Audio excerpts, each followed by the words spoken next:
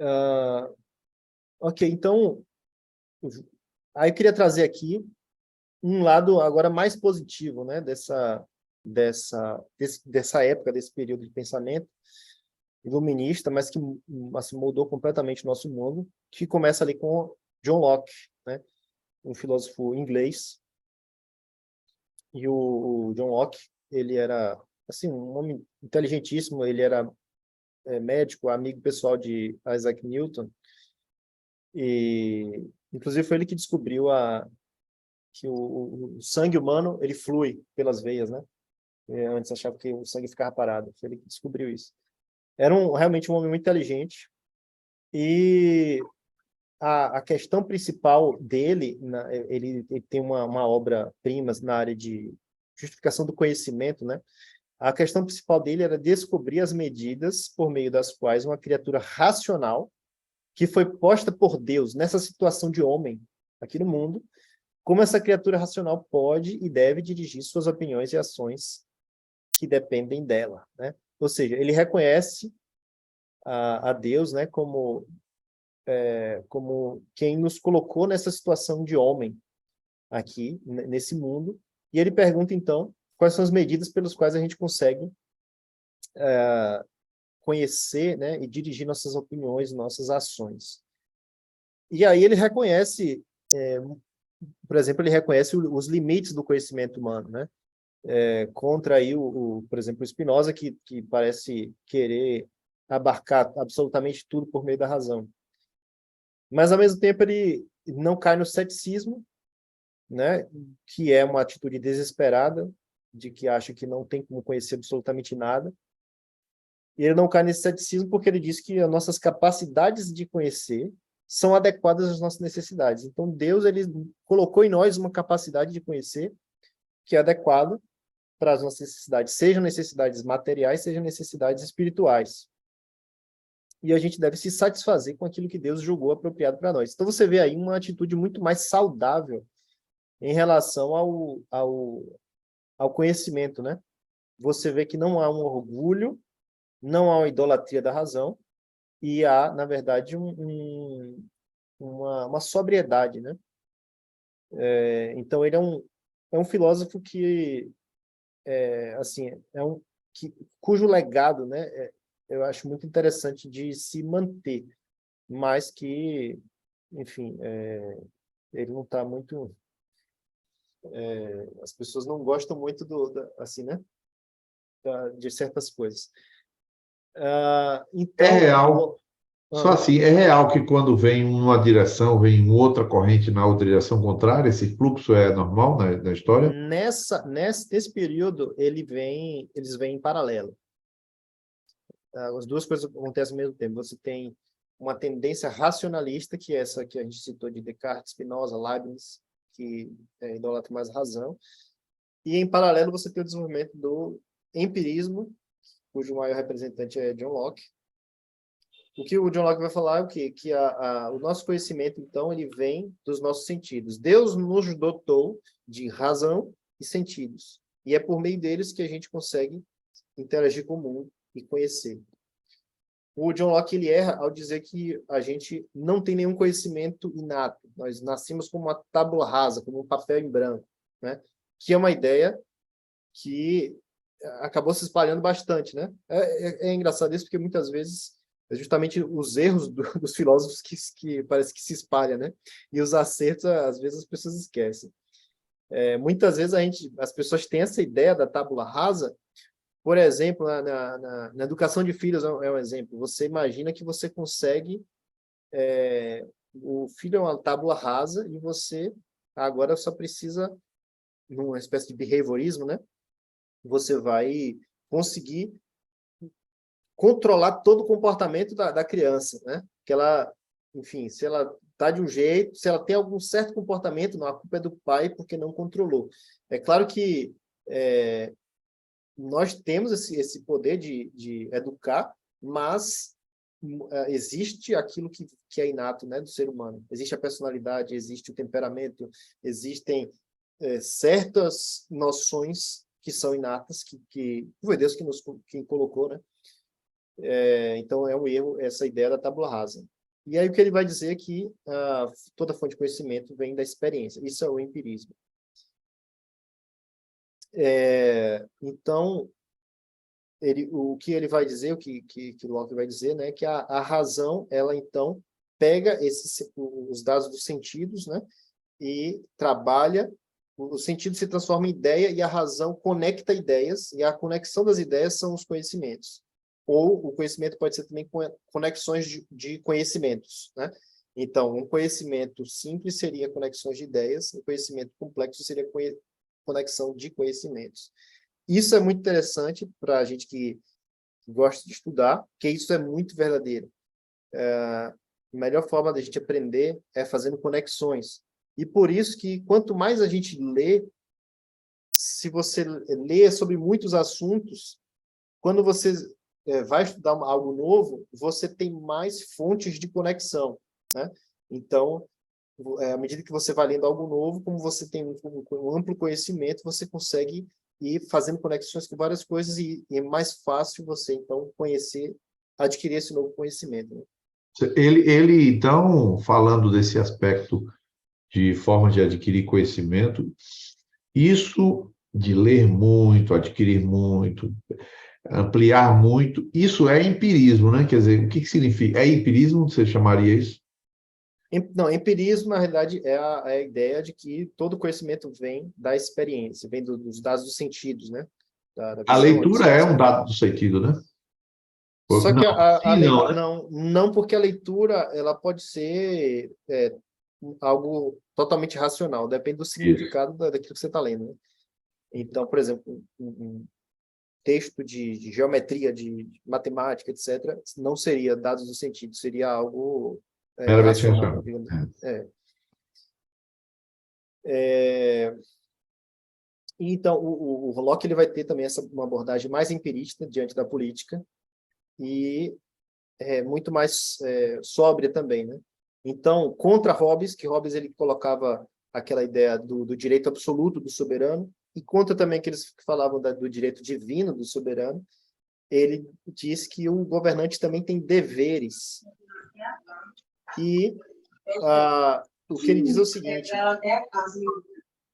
seguinte, que no estado de natureza, que o Hobbes diz que é guerra de todos contra todos, ele diz que no estado de natureza nós devemos, as famílias e grupos, você vê que ele já...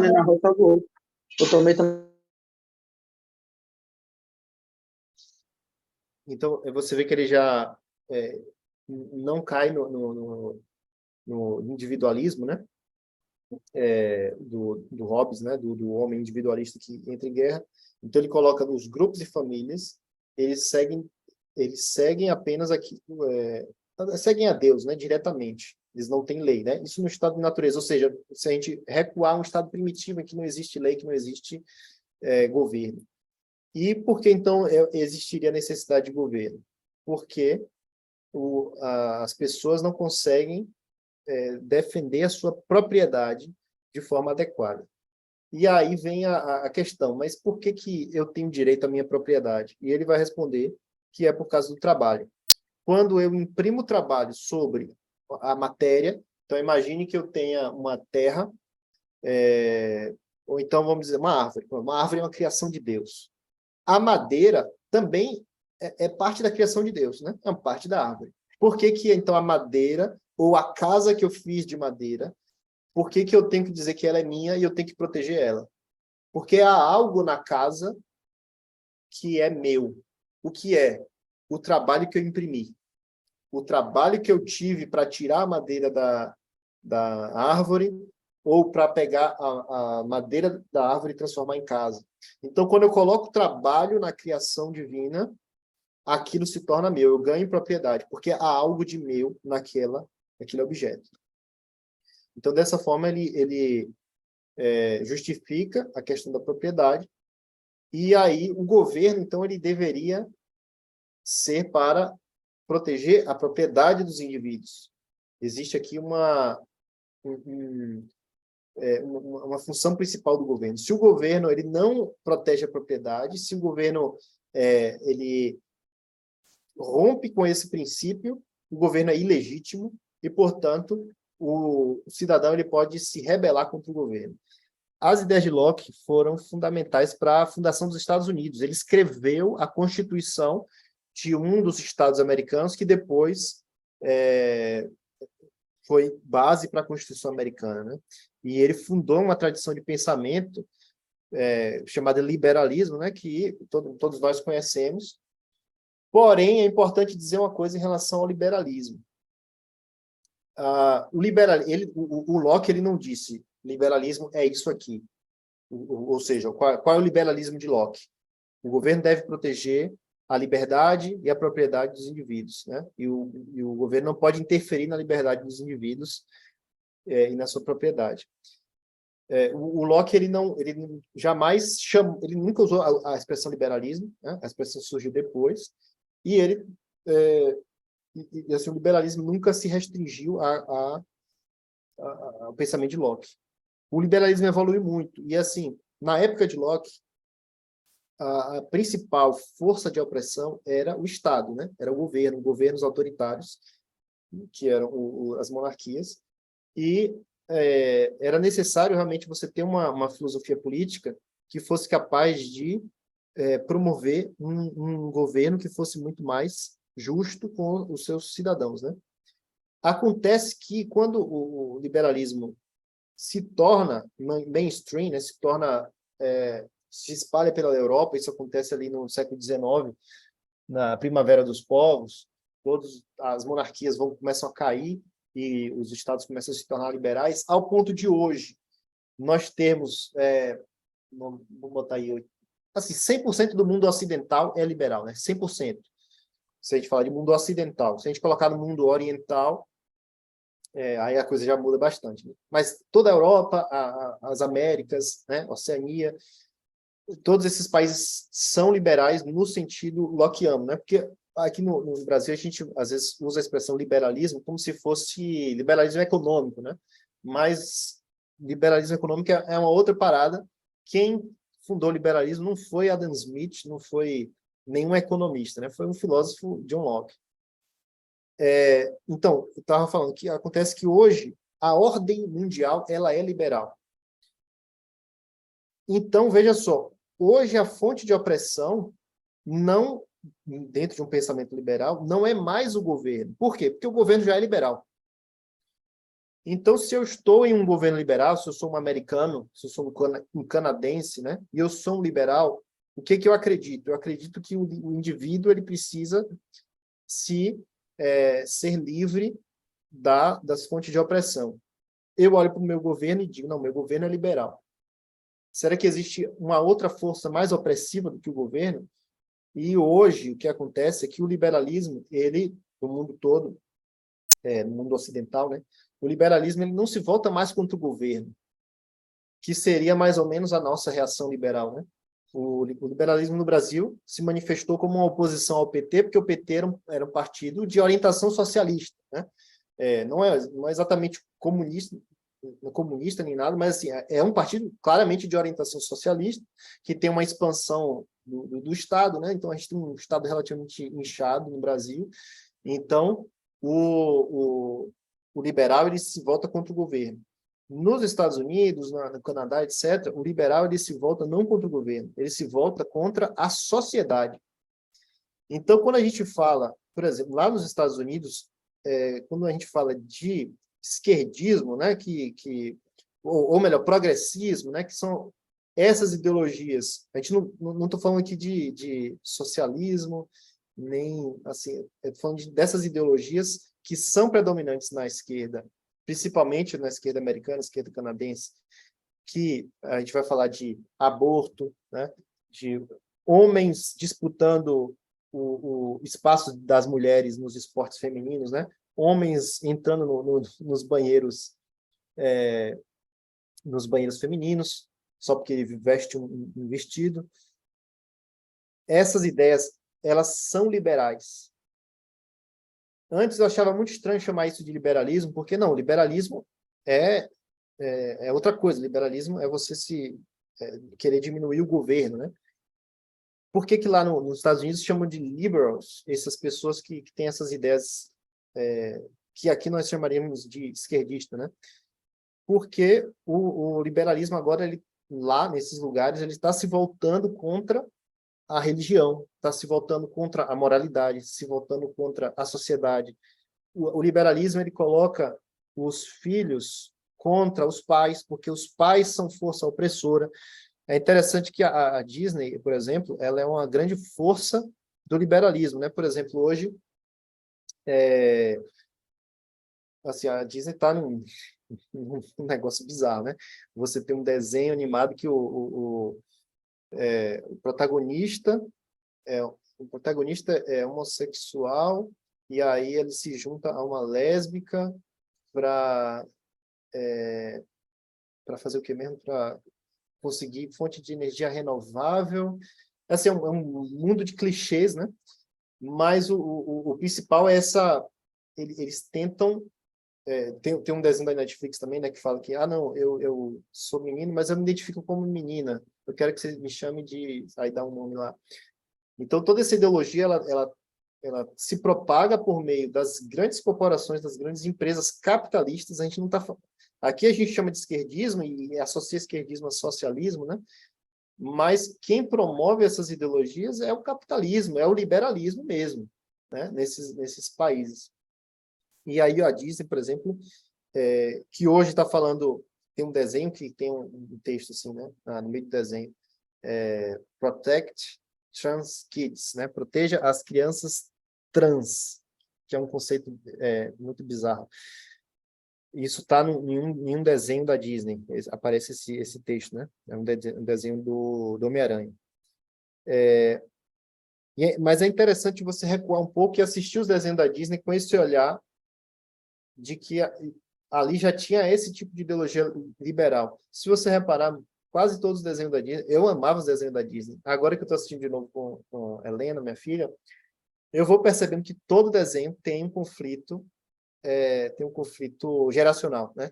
É sempre o filho ou a filha que tem uma ideia avançada, mas os pais são contra e brigam, e os pais estão errados, e aí, no final das contas, a filha está certa, né? Por exemplo, a gente pode colocar o Pequena Sereia, né?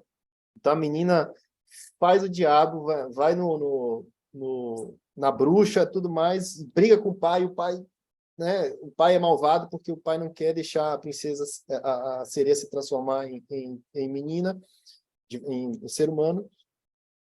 E no final, quem estava certo mesmo era ela que estava brigando com o pai. E todo desenho tem uma briga de pai com filho. É uma coisa que estava causando muito incômodo, porque minha filha, ela tem um temperamento colérico, ela gosta de se impor, né? E ela começava a imitar as brigas de pai e filho da Disney, né? Ela fica... É engraçado, ela pegava o desenho Encanto, que a menina briga com a avó. A avó também estava errada, a menina que estava certa, né? E aí ela pegava os brinquedinhos do Encanto que ela tem e ficava imitando a briga, que ela gostava da briga, né? E aí ficava imitando a Mirabel brigando com a avó dela lá. Então a Disney teve sempre essa lógica liberal do indivíduo, né, que tenta se libertar das forças opressivas, mas dessa vez é a força opressiva da família, né? Então o pai é visto como um opressor. A moralidade da sociedade é vista como opressora. Então, nesse sentido, o liberalismo ele acabou avançando nessa direção, no mundo ocidental. E agora, você defender um liberalismo clássico, que seria as ideias de John Locke, você agora é um conservador, é um reacionário, né? Porque são ideias que saíram completamente de moda. Mas, na verdade, são ideias que na época eram até revolucionárias, né? Os revolucionários franceses, eles se inspiraram muito em John Locke, né? Então, ideias que antes eram antes revolucionárias, hoje se tornam reacionárias, né? Se tornam conservadores, né? Você vê como o mundo avança em uma velocidade muito alta, né? Hoje em dia. Eu estava pensando aqui que essa parte que você explicou nesses últimos 10 minutos já valeu a noite toda, né? Porque Primeiro porque eu queria que você falasse algumas coisas sobre isso mais também. O pessoal provavelmente vai. Talvez eu possa abrir o microfone, alguém falar, levantar a mão, poder abrir o microfone, porque foi extremamente relevante. Hoje em dia, no vocabulário nosso, liberalismo tem tudo a ver com economia, vender empresa, não sei o quê, umas besteiras ligadas à economia. Só que nem as pessoas que falam de liberalismo econômico sabem exatamente o que que é. Basicamente, ela fala liberalismo econômico tem a ver com vender empresas estatais. Basicamente, as pessoas pensam assim, né? E a parte estatal, então, digamos assim, Lula não é liberal e Bolsonaro é liberal. Bolsonaro vende empresa porque Paulo Guedes vende empresa e compra as empresas que ele mesmo vende, e Lula não vende empresa e não vai vender em base e coisa e tal. É bem bizarro, porque o liberalismo já não está mais nisso, como você explicou bem, né? Então, é muito importante a sua explicação. E aí você podia falar, já que você e Eide assistiram bastante desenho da Disney, você se considera que, você quer fazer o meia-culpa aqui de que você foi contra seu pai por causa dos desenhos ou não é contra coisa nenhuma? Não, que não. Ó, dois desenhos que são totalmente fora da curva nesse sentido. Rei Leão e A Bela e a Fera. Esses dois desenhos são maravilhosos. Você pode assistir 10.000 vezes. Eu assisti várias vezes aqui com a Helena. E eu assisto o desenho e choro até hoje, sabe? Esses são os meus desenhos favoritos. Os outros eu renego mas eu acho que a Disney não influenciou em nada Para isso, nesse pessoal, sentido bom. eu cometi, por falta de filosofia, por falta de densidade filosófica, eu cometi esses erros de assistir todos os desenhos da Disney junto com eles. Mas, claro, eles e eles são pessoas de caráter, de espiritualidade, coisa e tal. Apesar de ter esse venenozinho, né, Niles? Sim. Esse Mas fermento. também é mais recente também, né? Por exemplo, esses dois que eu citei são de 91, 92. Se você pegar outros desenhos mais antigos, não tem muita ideologia, mas, por exemplo, Pequena Sereia é década de 90 já. Aladdin, mesma coisa. Você vê claramente ali a ideologia liberal, ainda sem, assim, tem esse lado, não tem nenhum ataque à moralidade, né? Como tem nesse desenho recente, que o protagonista é homossexual, né? Aí já é um ataque à moralidade tradicional. Nesses outros desenhos não tem um ataque à moralidade, mas tem sempre o conflito. Moana, 2016, tem lá o conflito do pai. Mais Frozen, nem se fala, pior ainda, né? Enfim. Mas é muito bom que você tenha colocado isso, aliás, por causa do público, né? Que esse público que está aqui é um público, verdade seja dita, é um público pensante. Aqui eu estou vendo as pessoas que estão na tela, são todos um público pensante. Yara pensa, fez aula. E a galera, todo mundo aqui ou é líder, ou pessoas que leem, que estudam, que estão na faculdade, que estão no Eurico Bergs, são líderes de conexão. Então, eu sou público pensante. E público pensante é formador de opinião. E por incrível que pareça, você fazendo uma leitura, que você não está falando propriamente uma leitura bíblica nem teológica, só pela leitura filosófica a gente já vê as inconsistências de muitos procedimentos de pais e mães que, se soubessem ou estivessem atentos filosoficamente a determinados aspectos, não cometeriam o erro só pelo fato de terem um pouco mais de conhecimento. Impressionante, muito bom mesmo. Aí isso manda. Um breve comentário também. A própria expressão liberdade, é importante saber disso, uma expressão que tem múltiplos significados, né? Então, por exemplo, um socialista que é antiliberal, ele fala em nome da liberdade. Por isso que para um socialista não é... Assim, para um liberal, quando vê o nome, por exemplo, Partido como é? Socialismo e Liberdade, né, pessoal? O liberal sempre pensa, não, isso é contraditório, socialismo e liberdade. Mas liberdade ali está em outro sentido, né? Então, existem vários sentidos da palavra liberdade, isso é interessante de saber, mas a gente talvez consiga comentar na próxima aula. Mas esse geralmente no liberalismo é sempre uma liberdade em relação a uma força opressora, né? E aí ele acaba se mesclando um pouco com uma tradição marxista que enxerga a sociedade como essa luta de classes, porque quando a força opressora não é mais o Estado, passa a ser uma luta de uma luta de classes, né? A luta liberal passa a ser uma luta de classes, digamos assim. Entendi. Então, enfim. Para concluir, eu queria comentar, não vai dar tempo de comentar sobre Kant, que é o Kant, é o que acontece. O Immanuel Kant, ele é o grande gênio da modernidade. Ele é talvez o maior filósofo depois de Platão e Aristóteles, talvez seja Kant, talvez junto com São Tomás de Aquino, ele seja o maior de todos. Ele da modernidade, eu acho, assim, ele é realmente o maior gênio. O que o Kant fez? Eu vou tentar explicar bem sinteticamente. Ele, basicamente, eu falei que existe um debate, né, entre racionalismo e empirismo. Ele consegue acabar com esse debate. Ele une as duas coisas.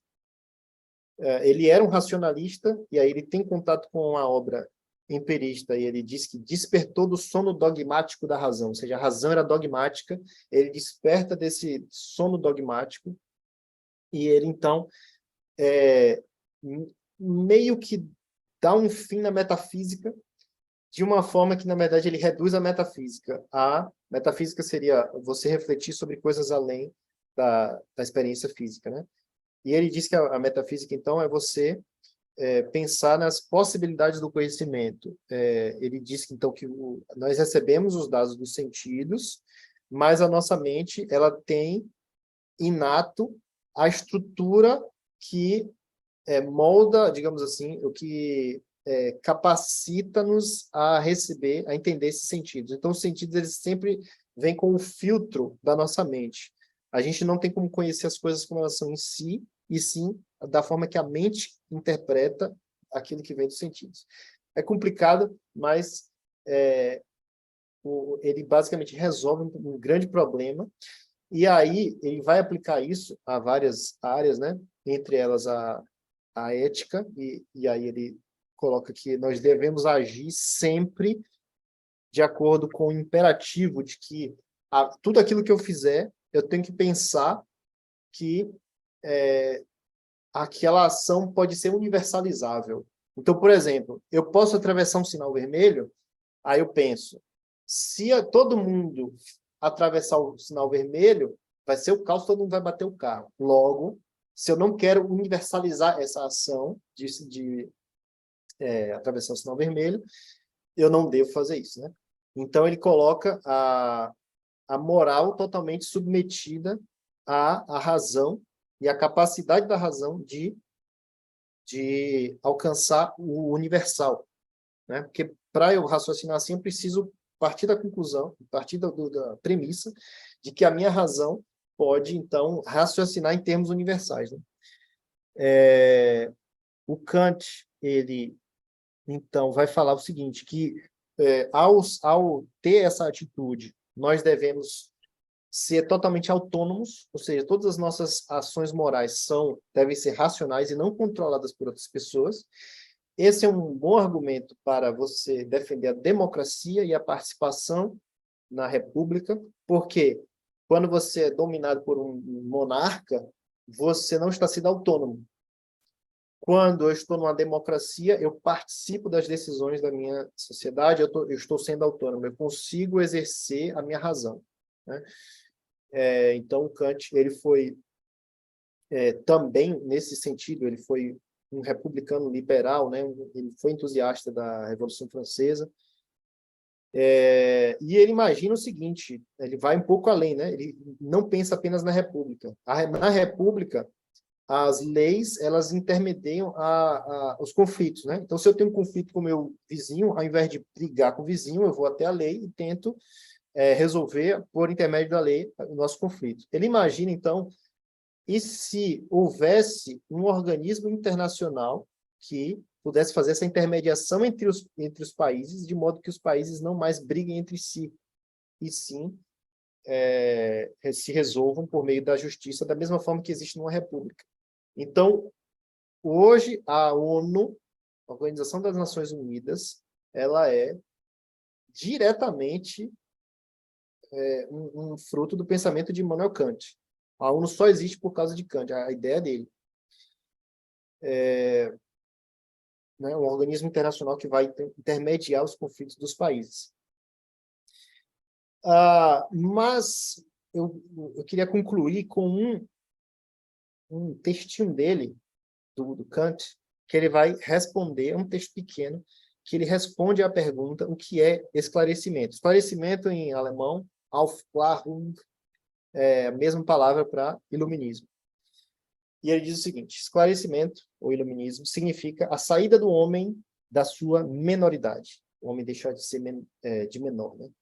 A menoridade é o quê? É a incapacidade de se servir do próprio entendimento sem a tutela de outro. Então, por exemplo, minha filha, por que minha filha é de menor? Porque ela não pode fazer as coisas com base na cabeça dela sem a minha tutela. Então, a menoridade é essa incapacidade de se servir do próprio entendimento sem tutela de outro. É a si próprio que se deve atribuir essa menoridade, uma vez que a menoridade não resulta da falta de entendimento, mas da falta de resolução e de coragem necessárias para utilizar seu entendimento sem a tutela de outro.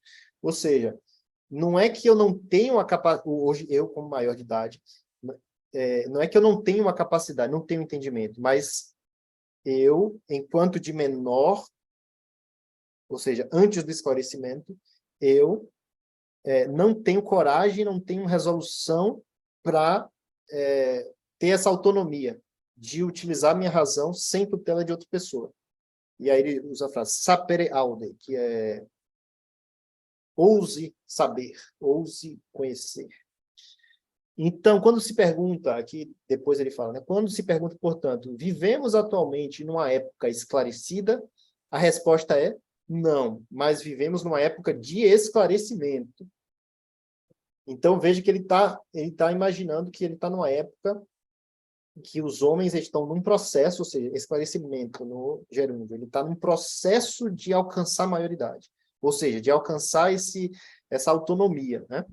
De não depender da tutela de outro. Muito falta ainda para que os homens estejam já num ponto que possam estar em condições de se servir com segurança e êxito de seu próprio entendimento sem a tutela de outro. Mas que, desde já, o campo lhes seja aberto para mover-se livremente, que os obstáculos à generalização do esclarecimento e à saída da maioridade, da menoridade, sejam cada vez menos numerosos, é o que temos sinais evidentes para crer. Então, ele enxerga claramente que esse movimento, esse projeto, isso aqui tudo é um projeto. É o projeto da modernidade. É o homem em um projeto de alcançar autonomia, né? A autonomia através da razão. Se libertar das forças, sejam forças opressoras do Estado, sejam as forças opressoras da religião, do dogma, da moralidade da sociedade. O homem agora quer andar com as próprias pernas, né? E aí o Kant ele está muito otimista. Esse é um texto extremamente otimista de enxergar o homem saindo da menoridade e alcançando a maioridade, em que ele vai. Agora não existem mais, ou seja, estão acabando os empecilhos para o homem alcançar essa maioridade, né? Só que aconteceu uma coisa um pouquinho diferente, né? Só um pouquinho, só um pouquinho. Então, Sim. esse processo é como se, mal comparando, ele imagina o ser humano, no exemplo que você deu de sua filha, ser humano que não é autônomo ainda, um ser humano em sociedade que não é autônomo, está sujeito à força do dogma, da religião, de um Deus opressor, blá, blá, blá, etc., do soberano, dos estados totalitários. Então, nós vamos tentar libertar esse homem, então, mas ele não está liberto. Então, ele está na menoridade da civilização. Ele vai se libertar. Esse é um sonho, digamos assim, né? Exato, exato. Então, a modernidade seria esse projeto de se libertar por meio da razão, né? Da sociedade do homem universal, né? Digamos assim, né? Exatamente, exatamente. É libertar a humanidade da menoridade, né? Isso. Então, o que a gente pode pensar aqui do iluminismo? Existe um legado fundamental do iluminismo que a gente não pode abrir mão, né? A gente não consegue abrir mão dos frutos da ciência, dos frutos da tecnologia, da liberdade política, da liberdade de opinião. Isso foi uma conquista do iluminismo, né? Repete aí, fruto da ciência. Ciência, tecnologia, liberdade política, liberdade de opinião, né? Nós podemos discutir aqui diferentes opiniões. Isso surgiu com John Locke. John Locke era o defensor da tolerância, né? Foi o primeiro não, que o Spinoza também foi um defensor dessa ideia, né? Então, existem grandes conquistas do iluminismo que a gente não consegue abrir mão, que Interessante. são coisas que, enfim, são boas, são muito boas, na verdade, né? Em comparação ao que o homem vivia antes do iluminismo.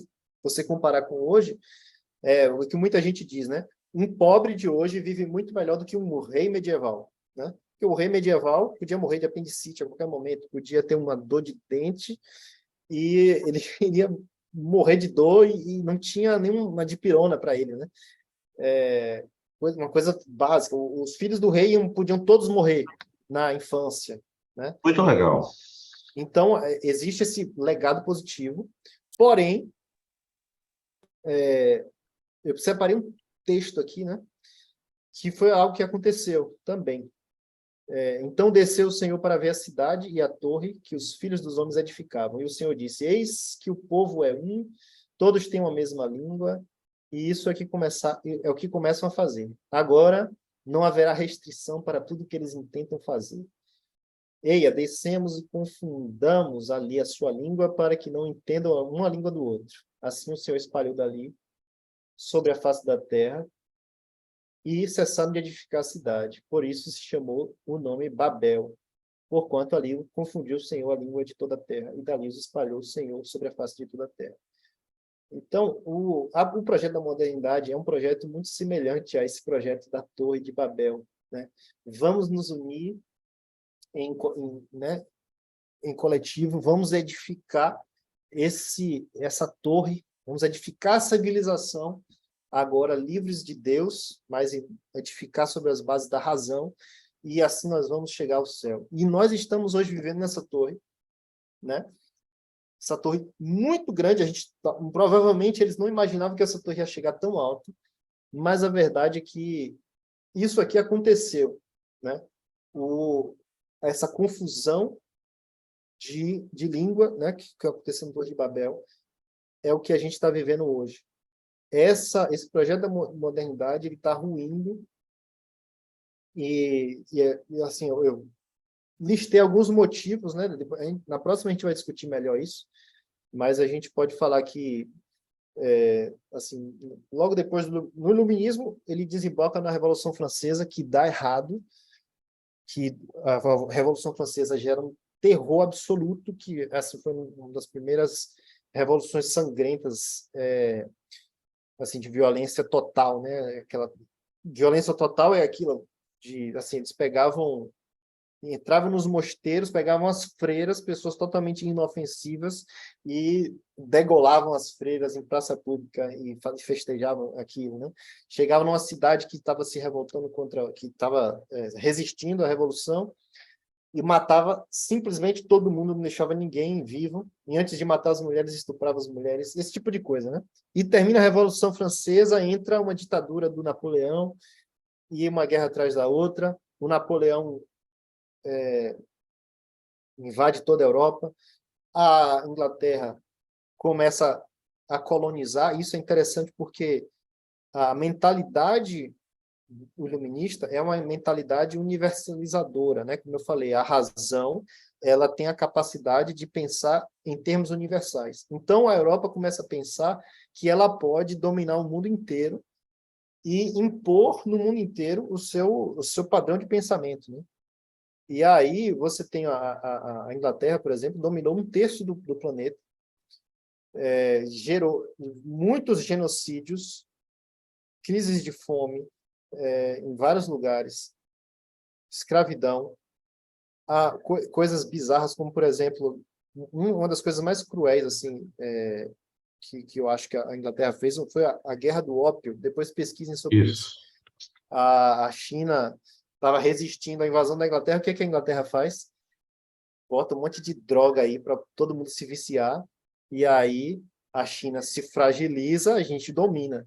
E a China assim, foi dominada e entrou em um estado de miséria total. Tanto é que, se você olha hoje com os olhares ocidentais para Hong Kong, né? Hong Kong é uma cidade que é semi-independente da China. A gente olha para Hong Kong hoje, você pensa, não, ali é uma ilha de liberdade em meio a um continente de opressão. É verdade. Mas tente pensar também como um chinês. Hong Kong é o símbolo daquela dominação inglesa, né, que foi uma crueldade terrível que gerou milhões de pessoas morrendo de fome.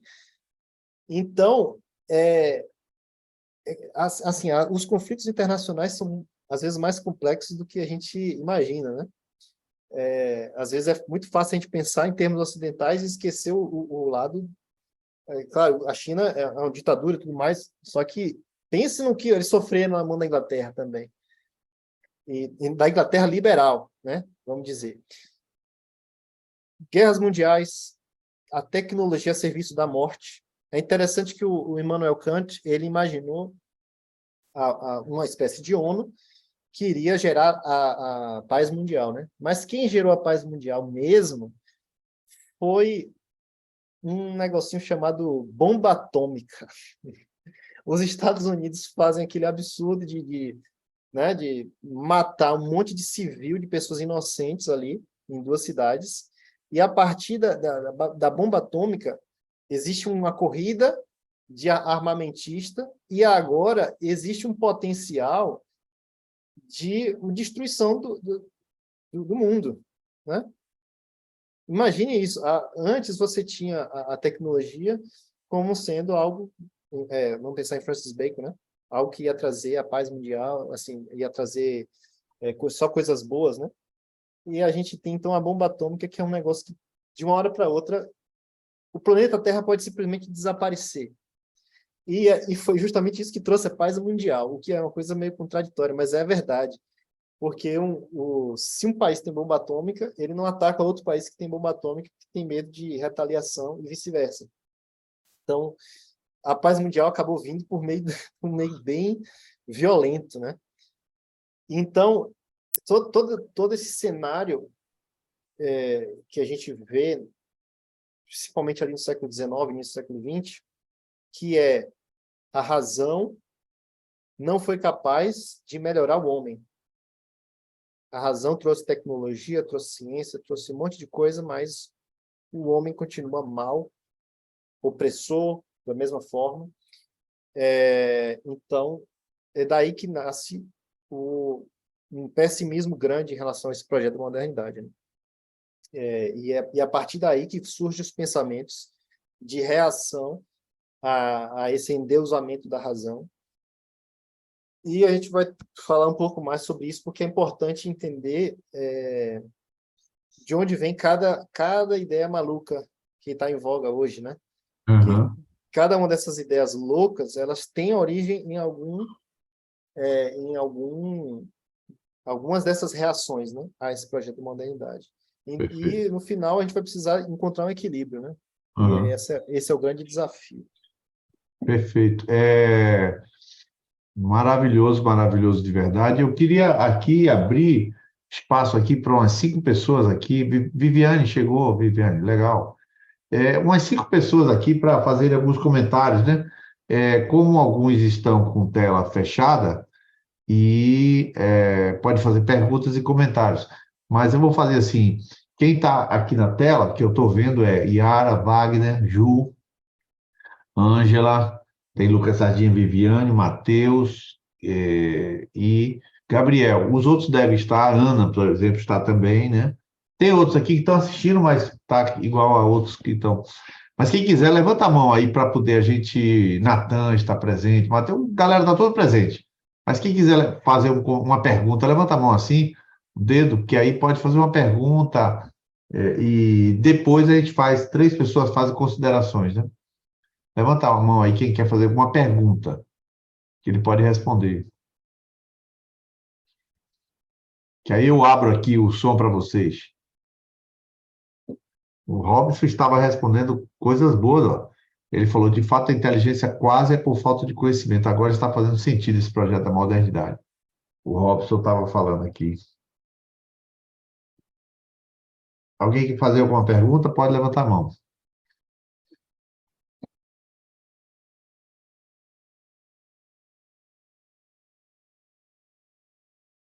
Bom, então eu vou pedir já que, em termos de pergunta, porque são um assunto bem complexo, né, Nilce? Um assunto muito complexo. Alguém queria aqui abrir aqui para 3 pessoas fazerem considerações sobre o que vocês ouviram. Considerações gerais, né? Talvez Ângela possa falar um pouco, Wagner, Gabriel e Matheus Oliveira, não sei. E quem quiser fazer livremente aí, algum comentário sobre essa noite, esse tempo, Ju, talvez. Quem quer fazer? Marina.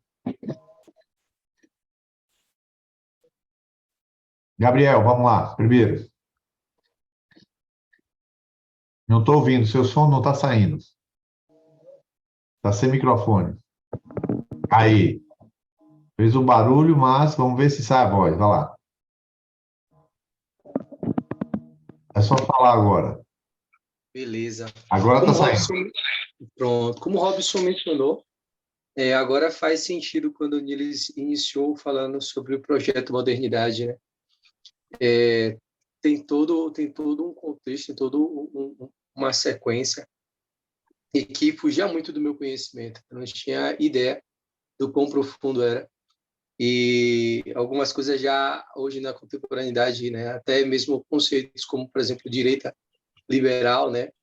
Então, eu tinha uma outra percepção, e aí você trouxe essa visão mais do capitalismo mesmo, e aí trouxe também referente àquilo que a gente é assolado bastante, a nível dessa nova geração, a nível de infantil, crianças, né, da Disney, conteúdos, né, essa ideologia, e que a gente pensa muitas vezes que poderia ser de uma esquerda, mas por muitos tem viés mesmo de fins capitalistas, e que, obviamente, tem como base outros percussores filosóficos, né, linhas, né? Então, assim, tudo isso para mim está sendo muito bom, muito enriquecedor. E pretendo até assistir a aula depois, para estar também contribuindo, na verdade, aproveitando melhor a segunda que está por vir. Só tenho a agradecer. Perfeito. Quem mais aqui quer fazer alguns comentários? Muito bom, Gabriel. Obrigado. Eu quero, Niles. Pode falar, Ju. É muito relevante tudo que ele trouxe.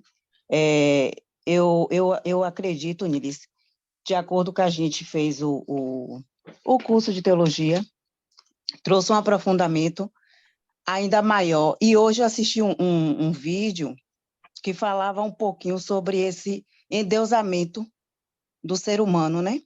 Colocar Deus de fora e colocar o ser humano como ele é capaz de fazer coisas da divindade. No caso, assim, coisas que só o Senhor, só Deus faz. Sim. Aí eu achei muito relevante e eu coloquei uma pergunta aqui. Pode fazer. Para mim.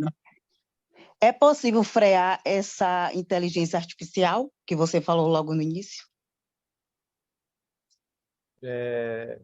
Eu acho que não.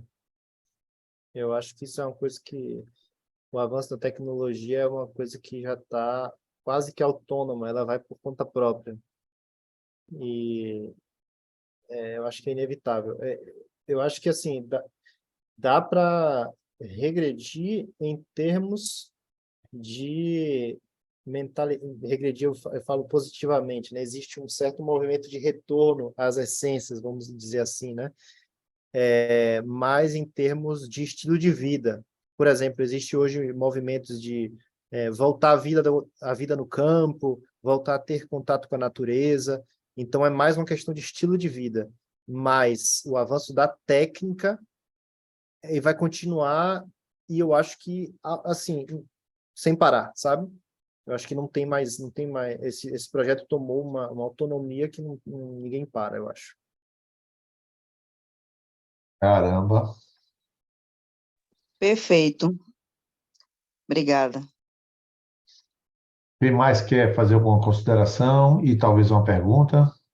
Edu, Ângela, Eles, Matheus Rios, pode falar.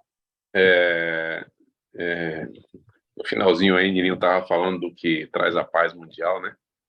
Ele faz uma analogia aí com a bomba atômica, e você vê a gente eles falando da filosofia querendo criar uma independência, né, do homem, mas acaba que vira e mexe, eles tratam a manipulação, não tem jeito, a manipulação continua, né? Querendo sair da manipulação, mas a bomba atômica, por exemplo, é uma manipulação, né? Pelo medo, né? Existe um medo manipulando e controlando. Então, e diante do que ele falou e do que Ju falou aí também, me veio muito claramente, Ju, que você falando aí que o homem está querendo o endeusamento, querendo ser Deus. Eu lembro que um dos argumentos que a serpente usou para Eva foi: certamente você se tornará como Deus. E a gente vê o homem o tempo todo aí querendo ser independente, querer ser como Deus, né? É um caminho sem volta. Muito bom. Comenta aí, Nelis Alexandre. Então, perfeito. Essa é a tentação básica, né? Querer ser como Deus. E uma coisa interessante, né? Que só Deus é realmente livre, né? Porque Deus pode tudo. Liberdade é poder, né? O que é ser livre? É poder fazer qualquer coisa. Isso é ser livre. Quando você não consegue fazer aquilo que você quer, você está deixando de ser livre. E só Deus é verdadeiramente livre. Então, essa luta do homem pela liberdade, pela autonomia, é uma luta de tentar ser Deus. E o homem talvez só pare quando nunca vai parar, porque nunca vai alcançar Deus, né? Então, acho que nunca vai parar, na verdade. Quando Jesus voltar, aí acabou. Quando Jesus voltar, exatamente. Muito bom. E essa manipulação que você falou, né? Também, hoje ela se dá muito como uma forma de pedagogia, né? São, digamos assim, uma elite iluminada, esclarecida, vamos colocar nesses termos de Kant, né? Uma elite esclarecida que agora tenta, digamos, eu já estou esclarecido, né? Ele pensa, eu já sou de maior, agora a humanidade ainda não. Então eu preciso levar o esclarecimento para eles. Então existe esse esforço evangelizador, digamos assim, de levar essa liberdade como algo positivo. E aí existe essa imposição, né?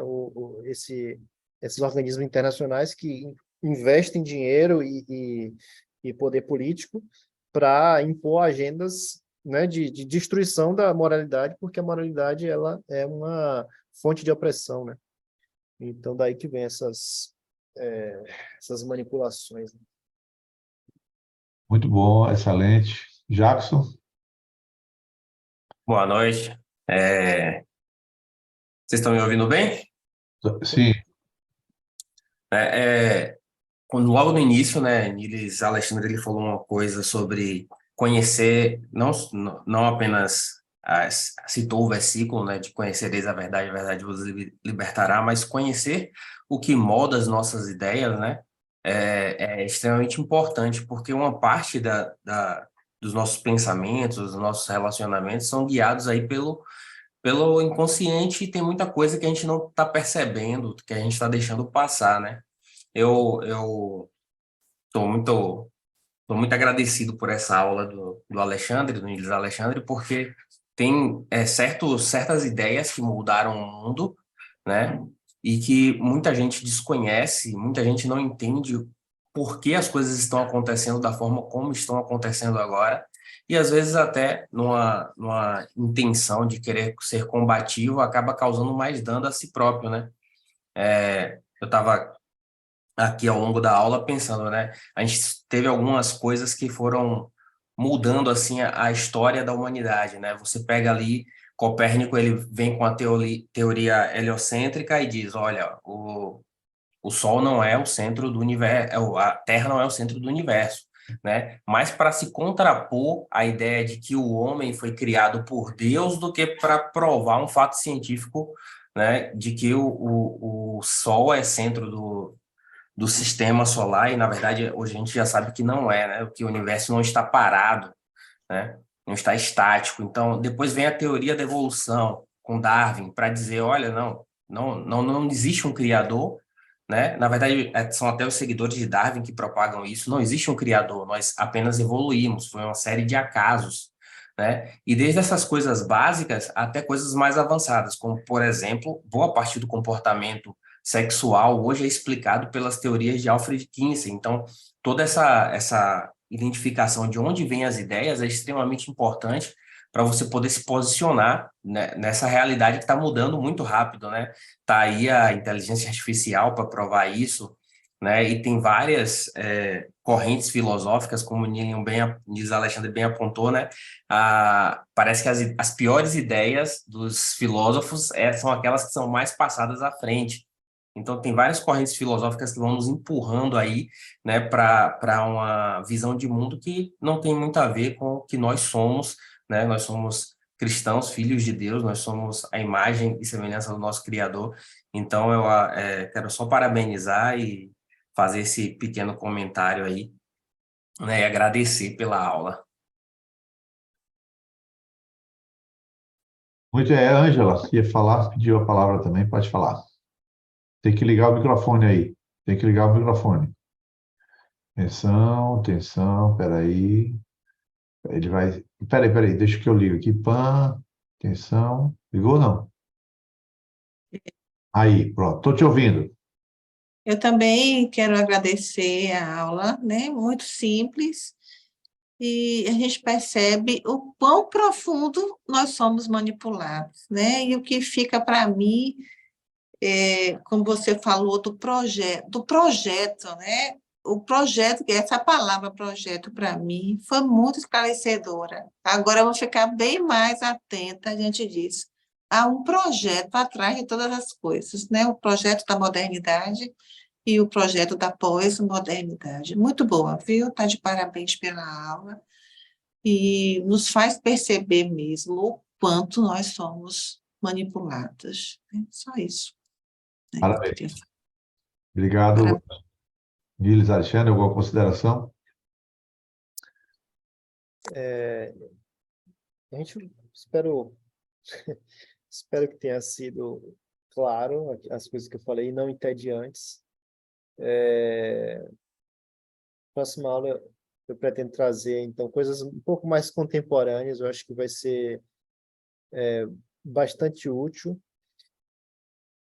Mas, no fim das contas, eu espero mesmo que isso tudo sirva como um convite para que cada um possa ler mais, conhecer mais, se aprofundar não apenas em conhecimento, mas se aprofundar em si mesmo, né, em autoconhecimento, que no fundo, eu acho que é o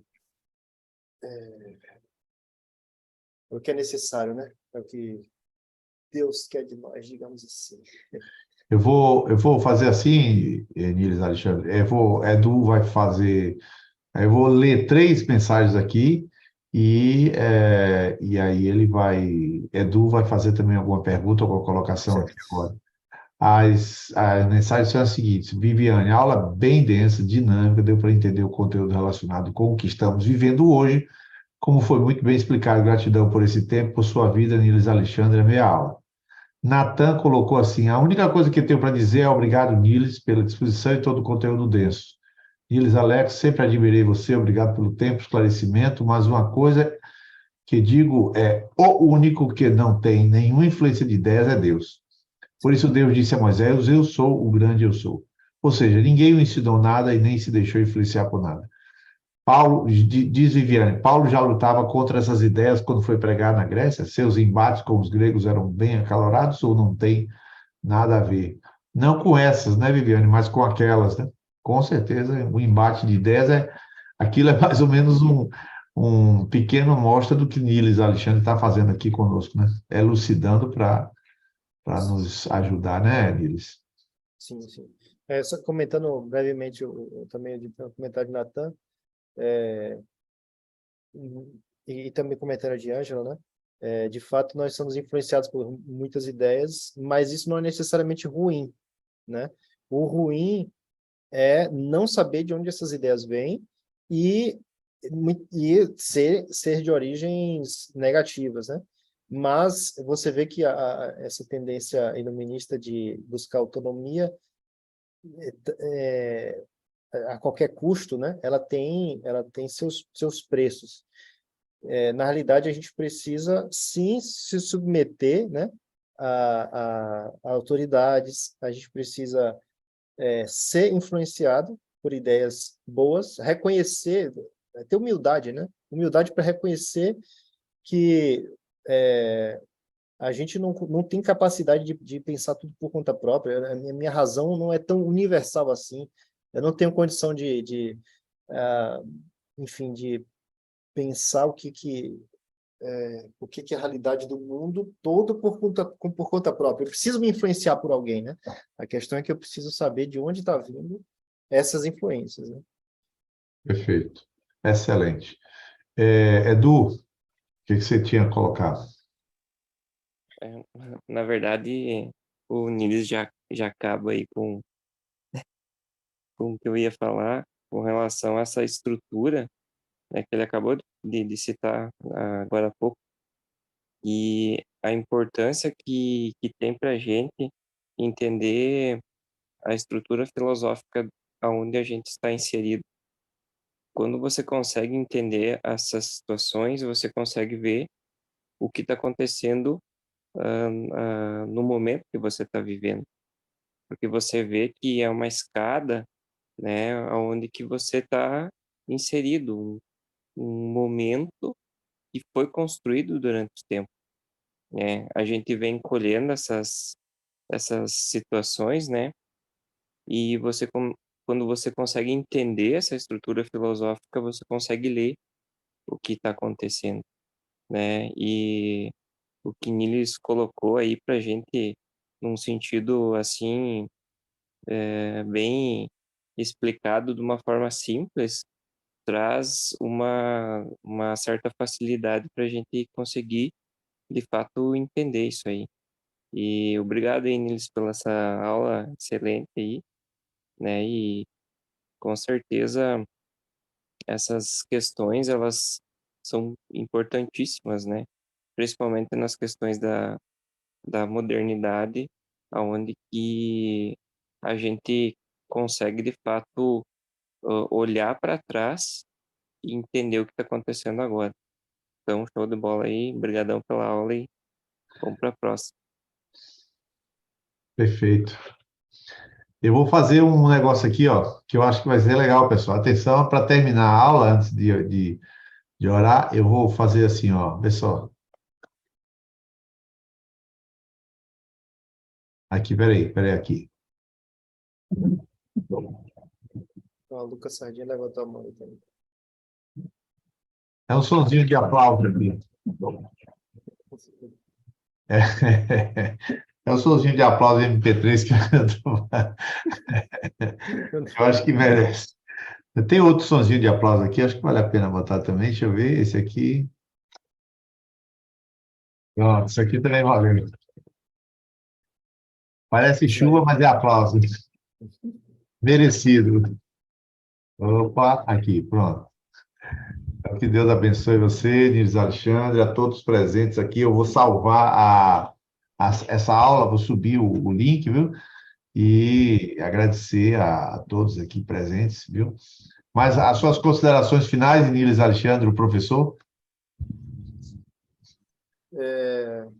Essa parte eu acho um pouquinho complicada de fazer. Eu sou meio ruim de finalizar as coisas, viu? Mas vamos lá. Eu acho que a palavra final é humildade. Eu acho que essa deve ser a conclusão. A gente tem aqui um projeto que eu comentei né, desde o início, um projeto de orgulho, de idolatria da razão, idolatria do ser humano, né? Então, eu acho que isso aqui, eu queria finalizar chamando para a humildade, né? Vamos, e também para o ócio, né? Lembrando aqui de Francis Bacon, vamos baixar um pouco a nossa bola, né? Enquanto seres racionais, e contemplar a Deus, dedicar mais né, nosso tempo, nosso espírito, nossos pensamentos, não renunciar aos negócios, não renunciar a essas conquistas, ao trabalho, às coisas, né, úteis, mas estar atento à contemplação, estar atento, né, a essa posição de humildade diante de Deus e diante da certeza de que não sabemos praticamente nada, né? Não temos acesso ao conhecimento universal, não temos condições de responder às grandes questões. Deus nos deu a capacidade para conhecer aquilo que é necessário, né? Deu a capacidade necessária para conhecermos aquilo que é necessário. E vamos, então, simplesmente agradecer a Deus por essa capacidade que Ele nos deu, por ter nos dado a razão, por ter nos dado, nos colocado nessa condição, né, que Ele nos colocou, que Ele escolheu, e ter essa posição humilde diante dEle. Muito bom. Quero também agradecer a você a oportunidade para a gente, né? Essa grata surpresa, essa profundidade e essa humildade também que você dispensou sobre nós nesse ponto, né? Muito 10, muito 10. Aula nota 10, aprendi demais. E vamos fazer uma oração, né, de agradecimento, pode ser, né? Hoje pedi que Matheus Oliveira, que esteve fiel aí desde o início, faça essa oração de agradecimento, né? A Deus por tanta generosidade para conosco, que esse foi a graça de Deus, nos levar essa noite a conhecer isso. Foi muito enriquecedor, né? Com certeza fomos abençoados, né, por essa aula e vamos agradecer ao Senhor.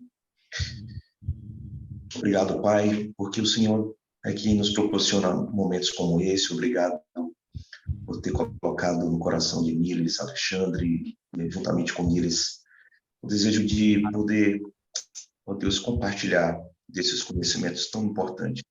Importante para a nossa caminhada, importante porque nós precisamos, de fato, ó Deus, entender de que forma o mundo ele tem agido, de que forma o projeto, ó Deus, dessa forma liberal que tem atingido tantas famílias e tantas pessoas. E nós, como luz do mundo, como diz a tua palavra, precisamos, ó Deus, estar atentos. E nós te agradecemos por esse tempo de conhecimento, de entendimento, e nós queremos te agradecer, Senhor, que o Senhor abençoe a vida de Niles Alexandre, sua casa, sua família, seus filhos, e a sua caminhada, ó Deus, essa jornada de estudo, que dê tudo certo para ele, que o Senhor possa se revelar também, em nome de Jesus. Obrigado, Pai, abençoe a vida de todos que aqui também estiveram conosco até agora.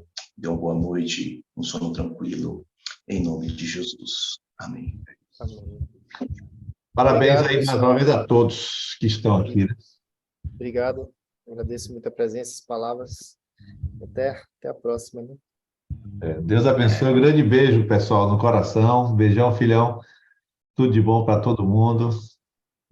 Tchau, tchau. Tchau, tchau.